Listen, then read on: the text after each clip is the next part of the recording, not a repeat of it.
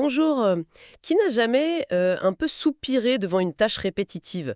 Genre devoir créer, je sais pas moi, une dizaine de cartes de visite pour les nouveaux arrivants dans l'équipe. Une par une, on copie le nom, on colle le poste, l'email, on va chercher la photo. Enfin bref, c'est long, c'est fastidieux et puis on fait vite une petite erreur, non? Et là, il faut tout reprendre. Aujourd'hui, on va décortiquer une méthode plutôt maligne pour justement automatiser ce genre de travail. L'idée, c'est de faire le pont entre un tableur, enfin les données d'un tableur, via un fichier CSV et un outil de création graphique comme Photoshop. Le but du jeu, générer tout ça en série, de manière personnalisée, mais rapidement et sans s'arracher les cheveux. Alors notre objectif ici, c'est vraiment d'extraire l'essentiel, de comprendre la logique derrière tout ça, repérer les étapes clés et les petites astuces qui font que ça marche. Comment on transforme une corvée en truc efficace, quoi. C'est tout à fait ça. Et ce qu'il faut voir aussi, c'est que ce processus, il illustre un concept plus large, très actuel, le data-driven design, le design piloté par les données. On se sert de la rigueur des données, de leur structure, pour alimenter la création visuelle, la personnaliser en masse. C'est un pont super intéressant entre la logique et la créativité. Ah, intéressant de voir ça comme ça dès le début. Bon, alors, pour construire ce fameux pont, par où on commence? On crée un dossier principal pour le projet.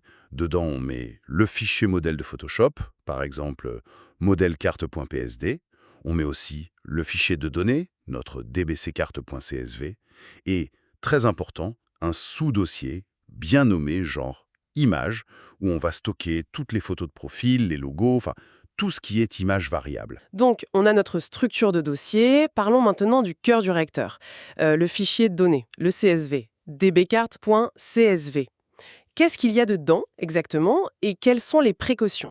Alors ce fichier CSV, c'est lui qui contient toute l'info qui va changer d'une carte à l'autre. Quand on l'ouvre dans Excel ou un autre tableur, on voit des colonnes. Chaque colonne a un en-tête, un titre, en première ligne. Par exemple, nom, prénom, téléphone, poste, email. Et puis, une colonne essentielle, image profil. C'est elle qui va indiquer à Photoshop quelle image utiliser pour chaque personne. Elle contient juste le nom du fichier image, pas l'image elle-même. D'accord. Et les sources mentionnaient deux points techniques importants sur ces entêtes et l'utilisation du fichier, c'est ça? Exactement. 2 points de vigilance. Premièrement, c'est fortement recommandé d'éviter les accents et les caractères spéciaux dans les entêtes de colonnes. Donc, on écrit téléphone et pas téléphone. C'est juste une précaution pour être sûr que Photoshop reconnaisse bien les noms quand il va faire le lien avec les calques. Certains systèmes, certains encodages peuvent être un peu capricieux avec ça.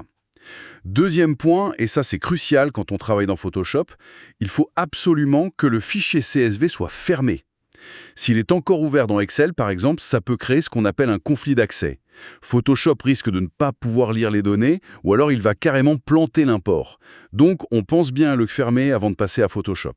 Compris. Fichier préparé, bien nommé, fermé.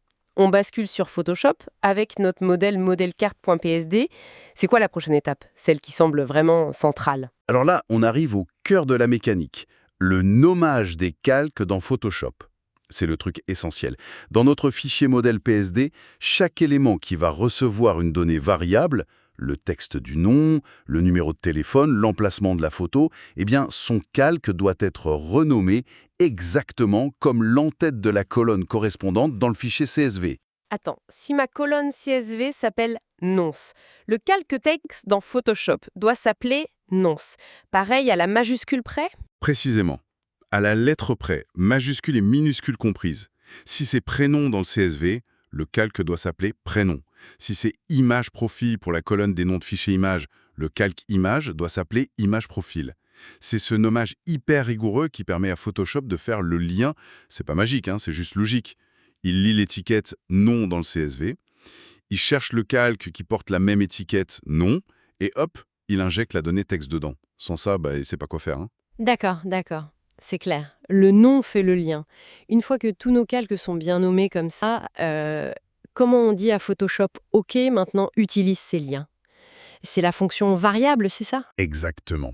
On va dans le menu Images, puis Variables, et on choisit Définir. Ça ouvre une boîte de dialogue. C'est là qu'on va configurer chaque lien. On choisit un calque dans la liste déroulante, par exemple notre calque texte Non. Et là, on lui dit ce calque, c'est pour du texte. En gros, oui.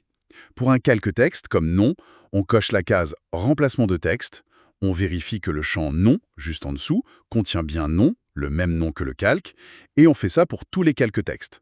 Prénom, téléphone, emails, etc. Pour le calque qui va recevoir l'image, comme image profil, c'est un tout petit peu différent. Ah oui? Comment ça se passe pour les images? Pour le calque image profil, on ne coche pas remplacement de texte, mais remplacement de pixels.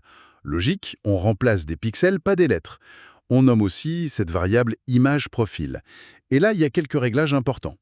Pour la méthode, les guides recommandent souvent remplir. Ça assure que l'image couvre bien toute la zone prévue pour elle. Ensuite, pour l'alignement, milieu, c'est souvent un bon choix. Et surtout, il faut cocher une case qui s'appelle écrêter le cadre de sélection. Écrêter le cadre de sélection. Pourquoi c'est si important cette option? Ah, parce que les photos de profil, elles n'auront sûrement pas toute la taille parfaite ou les bonnes proportions par rapport à l'espace qu'on a prévu dans le modèle. L'option remplir fait en sorte que l'image remplisse la zone, milieu la centre, et écrêter le cadre de sélection, ça dit à Photoshop, si l'image dépasse de la zone, coupe ce qui dépasse proprement. Ça permet d'avoir des images bien cadrées, ajustées à l'espace, sans être déformées ou laisser des vides. C'est vraiment clé pour un résultat pro et uniforme, même si les photos d'origine sont très différentes. Je vois. Et comment Photoshop sait quelle image aller chercher? Le CSV, il contient juste le nom du fichier, du genre photomartin.jpg, c'est ça? C'est exactement ça. Le CSV donne le nom .photomartin.jpg. C'est la configuration du remplacement de pixels sur le calque image profil qui dit à Photoshop « OK, pour la ligne de Martin, tu dois aller chercher le fichier dont le nom est dans la colonne image profils et le mettre dans ce calque. » Et où il va le chercher? Dans le sous-dossier image qu'on a créé tout au début, à côté du PSD et du CSV. Tu vois, la structure de dossier qu'on a mise en place, elle sert maintenant. Tout est lié. Ok, ça s'emboîte bien. Donc, données prêtes, modèle PSD prêt avec les calques bien nommés et les variables sont configurées pour faire le lien. J'imagine que l'étape d'après, c'est l'importation des données, le moment de vérité un peu. C'est ça. Dans la fenêtre des variables, on clique sur Suivant ou on va dans l'onglet Ensemble de données. Là, on trouve un bouton Importer. On clique, on navigue jusqu'à notre fichier dbccarte.csv et on le sélectionne. Petit conseil au passage, pour l'encodage du fichier, choisir Unicode UTF-8, c'est souvent une bonne idée pour éviter les soucis avec les caractères spéciaux ou les accents qui pourraient être dans les données elles-mêmes. Nom, adresse. D'accord. Et là, les sources disent qu'on peut parfois avoir un message d'erreur, un truc qui bloque. Oui, ça arrive, c'est un grand classique. Parfois, Photoshop sort un message du genre impossible d'interpréter le contenu du fichier. Panique pas. La cause la plus fréquente, c'est juste un petit désaccord sur le séparateur dans le fichier CSV. Selon comment le CSV a été enregistré, ça dépend d'Excel, des paramètres régionaux du système, le séparateur entre les données peut être un point-virgule sémicolone. Mais parfois, Photoshop, lui, s'attend à une virgule, comma.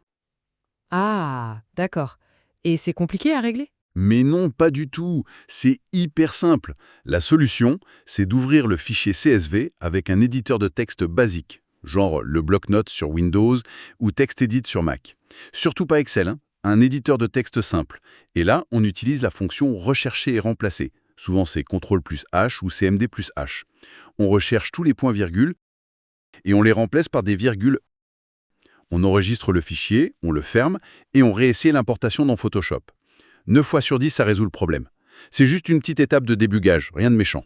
Bon à savoir ça, une astuce qui dépanne bien. Ok, admettons l'importation réussie. On voit nos données dans Photoshop, on peut peut-être même prévisualiser les différentes cartes, c'est bon.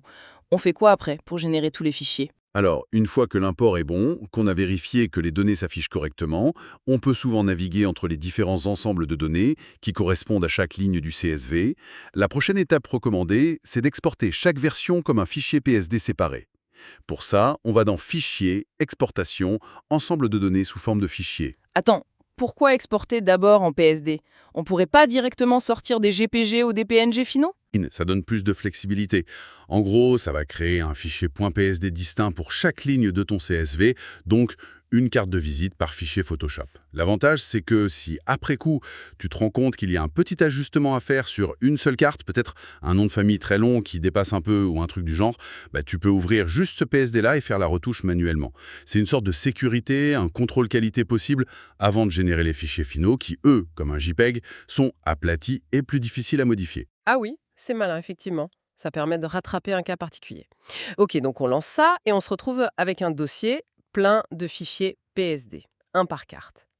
Comment on transforme tout ce petit monde en images finales, genre JPEG, sans avoir à les ouvrir et les enregistrer un par un? Parce que sinon, on perd tout le bénéfice de l'automatisation. Exactement. Et c'est là qu'intervient un autre outil magique, enfin, très logique, de Photoshop. Le processeur d'images. C'est un script intégré super puissant pour traiter des fichiers par lot. On le trouve en général dans Fichier, Script, Processeur d'images. D'accord, processeur d'images. Et comment ça marche ce truc? C'est assez simple à utiliser. Quand tu l'ouvres, il te demande plusieurs choses. D'abord, l'étape 1, sélectionner le dossier source. Là, tu choisis le dossier où tu viens de générer tous tes fichiers PSD individuels. Étape 2, choisir où enregistrer les fichiers traités. Tu crées un nouveau dossier pour les images finales, genre carte finale, JPEG. Étape 3, choisir le type de fichier enregistré. Là, tu coches enregistrer en JPEG, par exemple. Tu peux même régler la qualité. Les guides conseillent souvent 12, la qualité max, pour être sûr. Tu pourrais aussi cocher PNG si tu voulais des PNG. Et voilà, tu cliques sur exécuter. Et c'est tout. Photoshop s'occupe du reste. C'est tout. Tu cliques sur exécuter et Photoshop se met au travail. Il va ouvrir chaque PSD du dossier source, l'un après l'autre, en arrière-plan. Tu ne le vois pas forcément faire. Il applique l'enregistrement demandé, en JPEG, qualité 12 par exemple. Il sauvegarde le résultat dans ton dossier de destination. Il ferme le PSD et il passe au suivant. Et ça continue jusqu'à ce qu'il ait traité tous les fichiers. Pour des dizaines, voire des centaines de fichiers, c'est juste génial. Ça fait tout seul. Waouh! Donc, à la fin, on a notre dossier carte finale JPEG rempli de toutes nos cartes de visite, chacune avec le bon nom, le bon poste, la bonne photo, tout ça nickel à partir de notre fichier Excel de départ.